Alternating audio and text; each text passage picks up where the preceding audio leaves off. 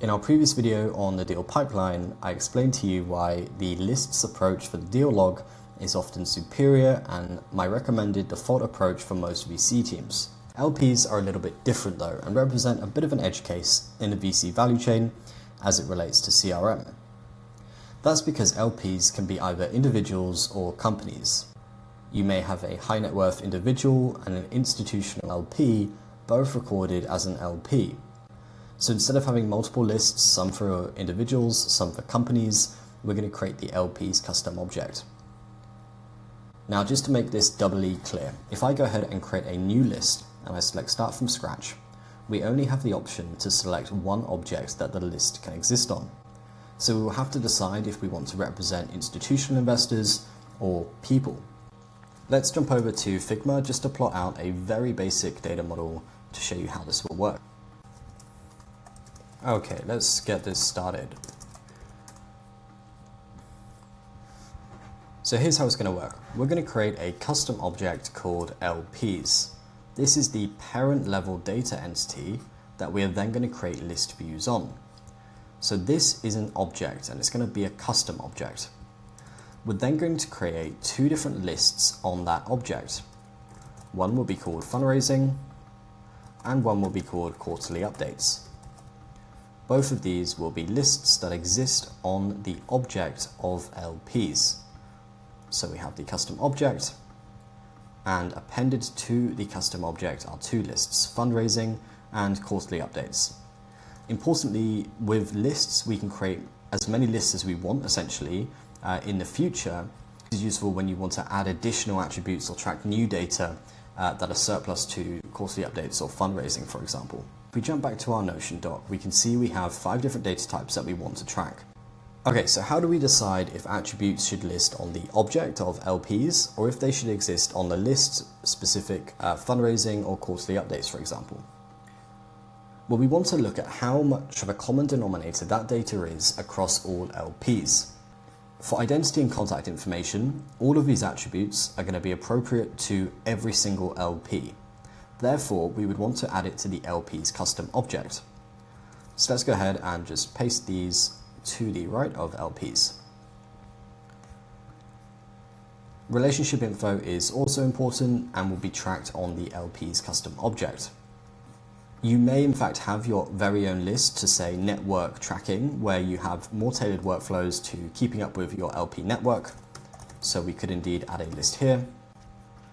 And we could have these attributes live just on LPs who are added to the network list.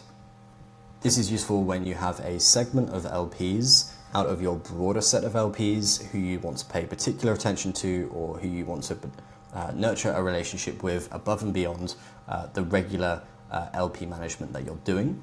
But for now, we're going to just add this back to the LP's custom object. So again, all of these attributes right now are going to exist on every single LP, and that is what we want. It is useful for us to do that. Now, fund participation is our first junction in this video, where not every LP will participate in every single fund. In this case, it's only useful to have LPs added to a fund where there's actually going to be information tracked on them. And the attachments and notes we're going to add to the basic LP, given that every single LP will indeed have a signed LPA, DD docs, etc. This is not a proper data model, so please use with caution, but hopefully it's a useful illustration. With that being said, let's jump back into Attio and begin building out the LP's custom object and some of these attributes. So we're going to click back into Attio. What time is it? 6:30. Let's turn on light mode. Okay, let's click on workspace settings and we're going to create our first custom object.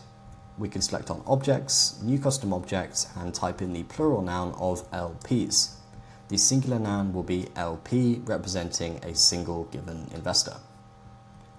Select create object. We can go ahead and give this an icon.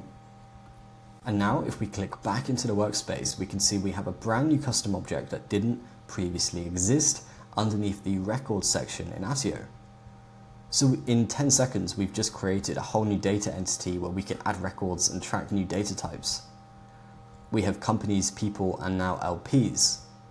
This has extended the functionality of our Attio workspace and made it specific to our VC firm. So let's click into LPs and select table, adding in all LPs as our default view. Now, as expected, this has loaded up a blank table with no attributes on it. Of course, earlier in the video, we were looking at the different attributes that we're going to add. So let's go ahead and add in some of these relevant attributes to the LP. I'm going to add in the first 5 key attributes that every VC tracks. If you're a brand new fund manager, solo GP, just getting started, go ahead and use these or come up with your own. We're then going to give this a name of entity type. For the options, we're going to add in our different LP investor types. In this case, I'm just going to use individual and institution. You could be more granular with this, so you could say high net worth individual, family office, etc. But for now, we're just going to use these two. Importantly, we're going to select required as a constraint on this attribute. We want to use required attributes to enforce filling out of properties when a new record is added to any given object or list in Attio. This makes sure that attributes are not left empty, and that in order to create the record, you need to indicate if it's an individual or an institution, which is pretty fundamental data that we want to be tracking. So let's go ahead and click required. We can then select create attribute. We're then going to select add column, create new attribute, and choose the records type attribute because we want to point this given LP to an associated company or an associated person. So we're just going to call this entity for now, and then where it says available object types, we want to select both companies and people. If the LP is an individual, we want to select a person. If the LP is an institution, we want to select a company to reference. Again, we're going to select required to enforce this attribute being filled out when people are creating the new LP. Go ahead and select create attribute. Fantastic. So if we create 2 new LPs, we can firstly select the entity type of individual. I can then set the entity and I can search across companies and people. We're going to create 1 new LP. We're going to set it to be institution, and we're going to assign it to a company.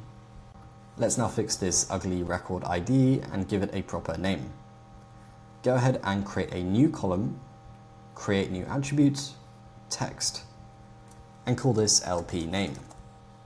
We're again going to select this to be required. We're going to use the AI autofill feature here to automatically give the LP record a name. We're going to select prompt completion, and then inside of the prompt we're going to say generate a name for this LP based on use variable, entity, and then you can just select entity,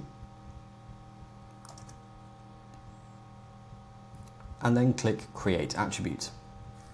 Now if we click on these stars and we select recalculate values with AI, it's going to look at the associated record and then come up with a name for the LP. Okay, that's looked a little bit funky, so let's just edit this AI autofill setting.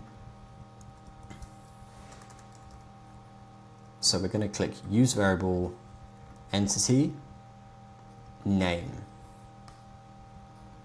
And then we're going to say insert the name for this LP based on entity name. This should work. Let's click Save Changes and recalculate values with AI.